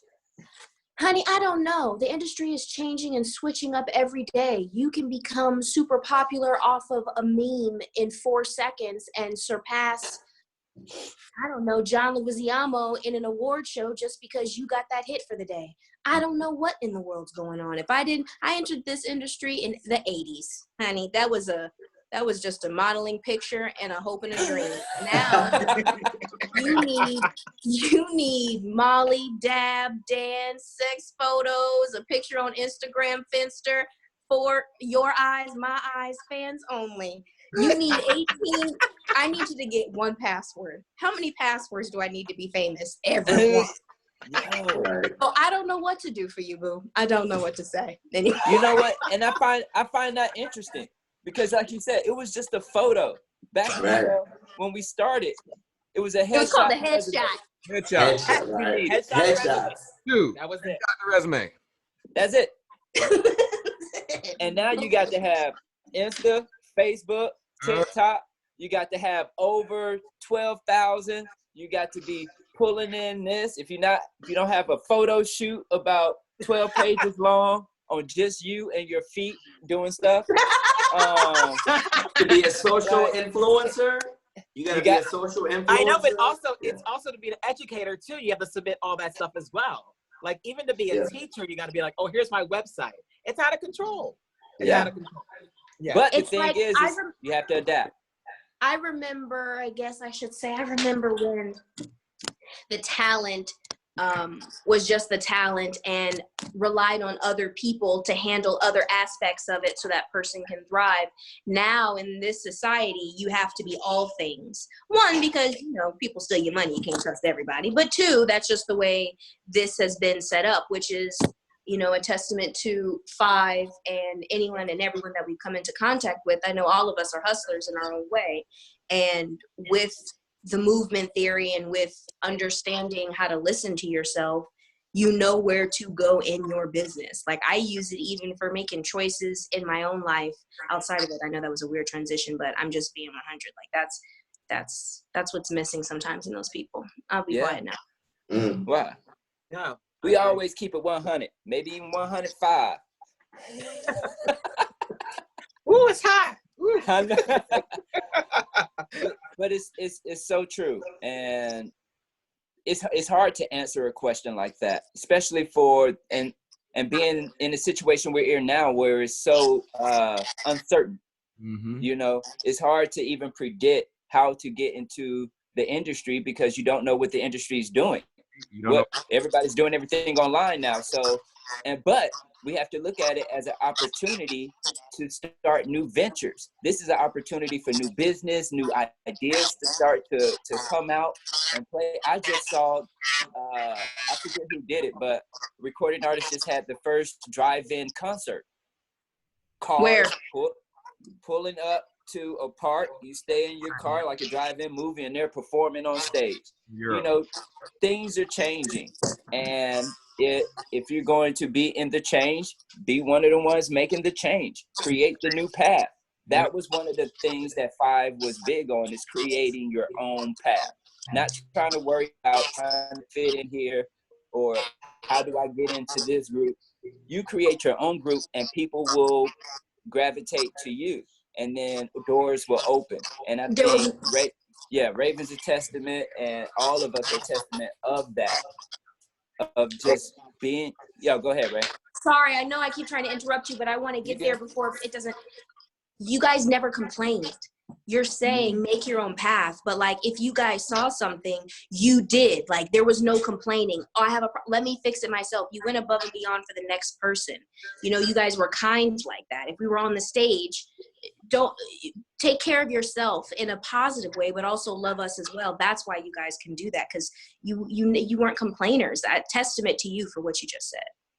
I think that's the beauty too about F.I.V.E. Productions altogether. Is, you know, I want to thank you guys for giving us the platform to really mess up and then trust ourselves to get better at it, and never to, like, you know, Raven's right, you never complained. And we followed you in that way. You guys led by great example, you know? So when things got bad, remember that time we did a show and it was pouring down rain? And I think it was at Six Flags somewhere. And I remember there was a small spot to dance and there was all these tables and they were like, don't get electrocuted. So we were like, okay, let's not get electrocuted, but let's dance in the rain. Let's dance in the rain. We're done that show, went into the van and moved on. And no one complained. We were just thankful to enjoy that show. And that show was great. And I think that's what's the thing. Thankful nobody got electrocuted. Exactly. Yeah, everybody survived. But no, you guys taught us how to, like, really, like, okay, this happened, what are you gonna do about it? This happened, what are you gonna do about it? This happened, how are we gonna fix it? This happened, okay, this has to happen, how are we gonna fix it? I have said this many professionals times that we don't teach dance, we teach movement, because these are things that you take into your life. Like, what happens when you get an obstacle? What happens if what you plan is not what is revealed to you in life? How do you adapt? And I think as dancers, as movers, and as lifeists, we adapt to whatever the circumstances are and know that the adaptation will allow us to progress. not only adapt in the situation, but perform at your highest quality at the time. Mm-hmm. Whatever that may be. Truth. So I think that this is a good point to kind of close out the conversation and the discussion, and hope we have part two at a later date and bring y'all back. But then also just to point out to Sammy and Ryan, when we do the Caress show, y'all gonna be brought back to that show. Y'all part of that lineage, so just be, look out for that email or that call. But is there anything that anybody wants to share other than the fact that Raven's album is coming out? Woo! I love you guys so much. Fire! Thank you. I can't. Fire! Get it. Wait, I have one thing to ask Raven real quick. Raven, today is our queen's birthday, right? Yeah. It is her birthday, isn't it? I saw that. Yeah. So let me tell you what I did. You'd be so mad at me. I discarded a Janet sweatshirt. Well, my house burnt down. I lost some. Okay, you won. You got it. But wait, you feel me then. You feel me. You understand. Did you throw it out on purpose, though? Or did you throw it out by mistake? I did. I had to choose between the booty shorts and the hoodie. And booty shorts won. I think Janet the booty shorts won. Booty shorts. Yeah. Prove it. Yeah. Prove it. I wish I could, Ryan. I wish I could right now. You know I would too. I don't get that. I like. But you guys, seriously, I just want to say thank you so much for so many amazing, beautiful memories. And this conversation could not happen at the more perfect time because this quarantine thing is crazy. And like Dougie said, we have to adapt. So to go back to the roots of my inspiration is just empowering me so much more. So thank you. Thank you. Oh, and Mikey, your video, Mikey, with your family running made me cry. Is that Blaze? Look at this guy. Blaze. What's good, bro? Oh my goodness. You look like a Neanderthal. Why his shoulders all shrugged like this? He just woke up. It's From a cave. Oh my god. Oh my god, he is so tall. Oh my god. That was like the first walk of man. The first walk of man. That's what man looked like. Walk through again, Blaze. Walk through. Blaze. Just walk. In the evolution chart, Blaze gonna be right there, and his wife beater and boxer shorts. I see it. I need a shirt just like that. You know Blaze back there talking mess. That's why Ray muted the mic. You know you back there talking stuff. I love it. Yo. I'm a good girl. I didn't say nothing. No, I know he back there talking now. I know. Blaze is trying to be friends with Vienna. You guys, this was awesome. I needed this too, Sammy. We lived it, so it's good to celebrate ourselves every now and then. I rarely do that. So let's try and do part 2 before the album come out. Wait a minute. Give us the name of the album again. Oh yeah, let me tell y'all about the album real quick. Yeah. Yes. What is that Neanderthal doing? So what are is these happening? last Are we two back in drops, like time? an LP, like an example?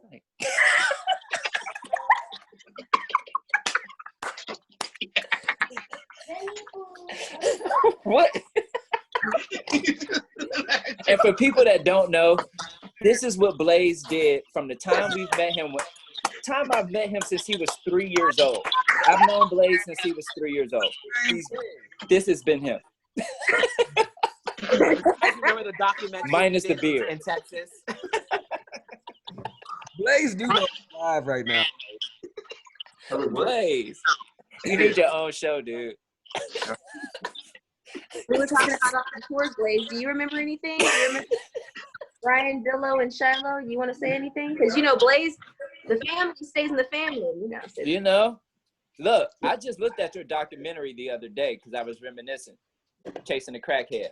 So, oh my God. Yes, yes. Remember that video? You remember that? We ran into the Taco Bell Y'all remember that? drive-thru. Oh my God.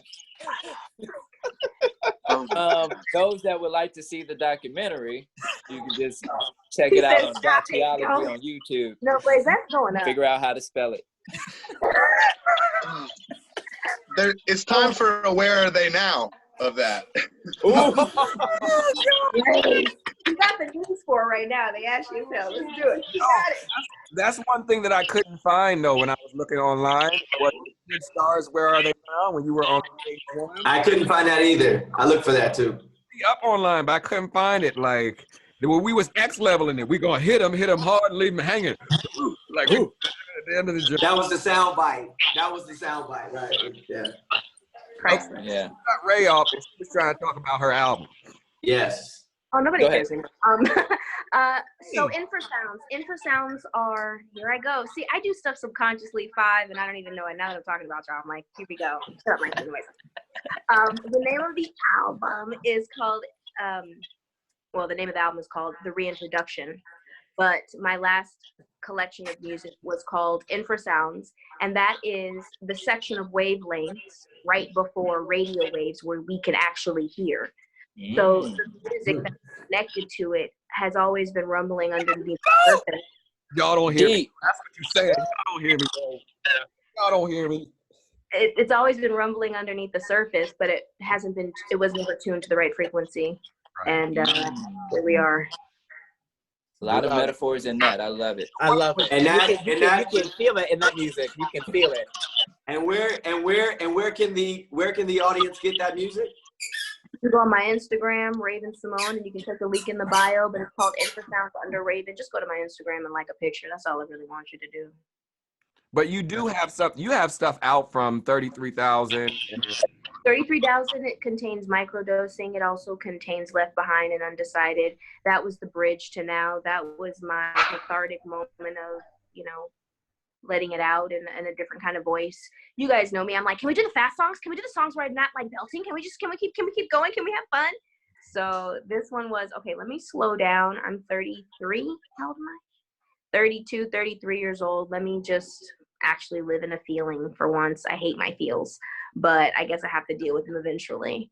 And that's how 33,000 came about, and the numbers, if Dougie can type all his stuff on his arm from his shoulder to his wrist, I can hide my stuff in my music.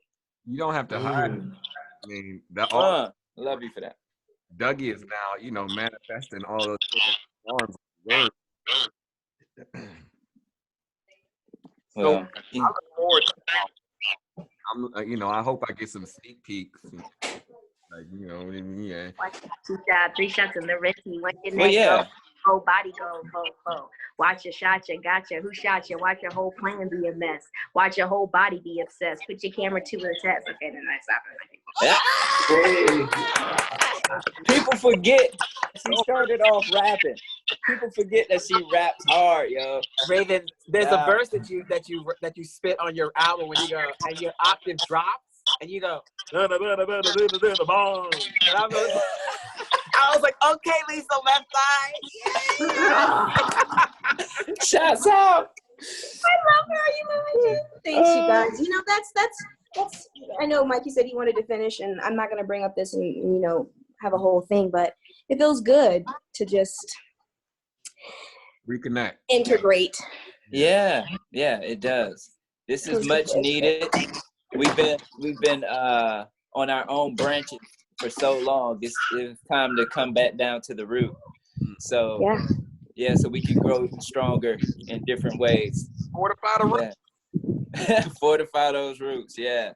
Yeah. So thank y'all for being a part of the replanting and the and the nurturing of this new start or the reunion of F.I.V.E and everyone that has their own projects. Ryan, Sammy, you guys have projects happening? This is my play brother. Well, this is Austin, everybody. What up? Hey, Austin. What up? 6 feet, man. 6 feet. Sorry, he produced all the music. That's why. Oh, I was about to say, you next to the system, man. He's a new bro. You guys are gonna love him. Okay, sorry. You are Sammy, dope. project. I'm listening. Dope producer, 6 feet. You got any new projects? Y'all got new projects? What y'all got going on? Well, all my shows got canceled because of Corona. So. Oh man. Yeah, I had 2 musicals. Can you do them this online? summer. I can't. No, I have no audiences, so that's the problem. This is your audience now. We're gonna get you the audience. Speak to them. What's your Instagram, Sammy? Huh? What's your Instagram? Actually, I wasn't very successful with Instagram. I tried to set it up, and something was very strange. And then all of a sudden, my credit card got hacked. So I just completely stopped that whole social media trying to link it up. It's a bit of an issue. But write it on a pigeon. Send it flying somewhere. We'll go old school. Paper and a rock. Just throw it as far as you can. Tell them to keep going. Ryan, what about you, Ryan? What are you up to? Yeah, so most of the stuff is, kind of dropped off. I mean, I'm not really doing too many projects. I was very proud to not do my first Nutcracker in probably 34 years last year. So, no, right now, my newest endeavor, and if I can plug something, check out Koresh Kids Dance TikTok. I'm doing TikTok now, which is, I feel like an old man because I don't know how to work it. I don't know how to edit the videos. I don't know how to put the cool filters on, but they got me doing TikTok trying to keep Koresh pumping. We're doing our thing. So like TikTok, duet a video with me. I'm trying my best over here. These kids are surpassing us with this technology. Ryan, Sammy, and everybody, I wanted to say this one thing. I'm gonna throw it out there since summer is coming. We're trying to put together this F.I.V.E and Friends dance convention online.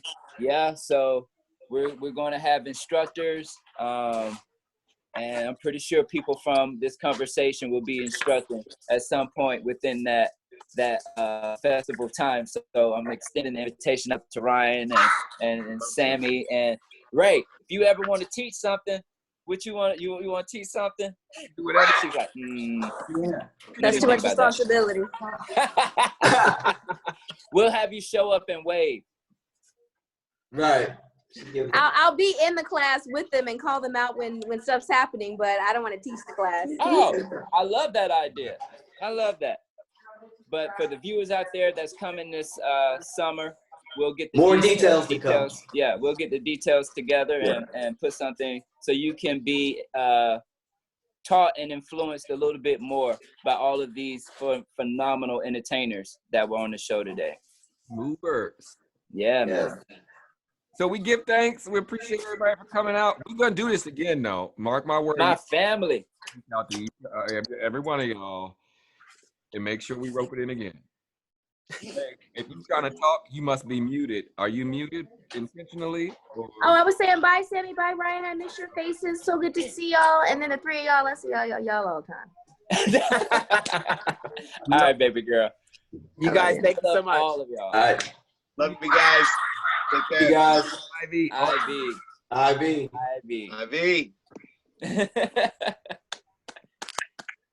Guys.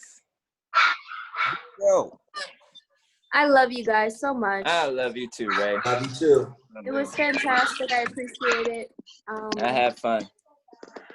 Ryan does not know how to exit out. See, who got him on TikTok? Cancel. Says cancel. Says cancel. I don't know what the fuck I'm doing. I love you, Ryan. I love you so much. Sammy still cancel. Like they still on the call. They just cut out their audio. I love it. All right. Thank you guys for this. I love you. I love you too, baby. Bye. Have a good rehearsal. Have a good day. You saw Blaze. That's so perfect to see Blaze at the end. We're still online. I'll give you guys a call back. Let's all right, everybody. This has been Move. We Talk Movement. Thank you for joining us in the F.I.V.E Productions tour. There will be a part 2. And if you have questions or anything you want us to add, feed it in through the F.I.V.E Facebook or Instagram. and we'll make sure we get to those questions and conversations next time.